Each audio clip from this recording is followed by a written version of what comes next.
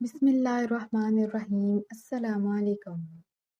پرانی تہذیبیں یہ خیال رکھتی تھی کہ چاند خود اپنی روشنی دیتا ہے۔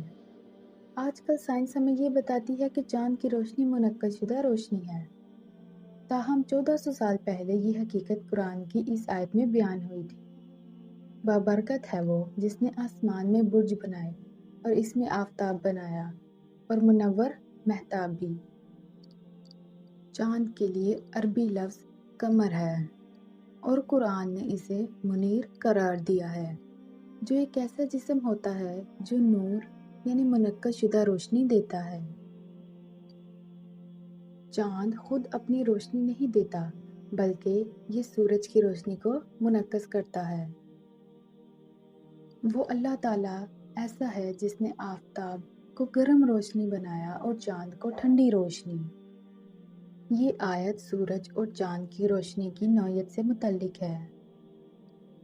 کیا تم نہیں دیکھتے کہ اللہ تعالیٰ نے اوپر تلے کس طرح 7 آسمان پیدا کر دیے ہیں اور ان میں چاند کو خوب جگمگاتا بنایا ہے اور سورج کو روشن چراغ بنایا ہے۔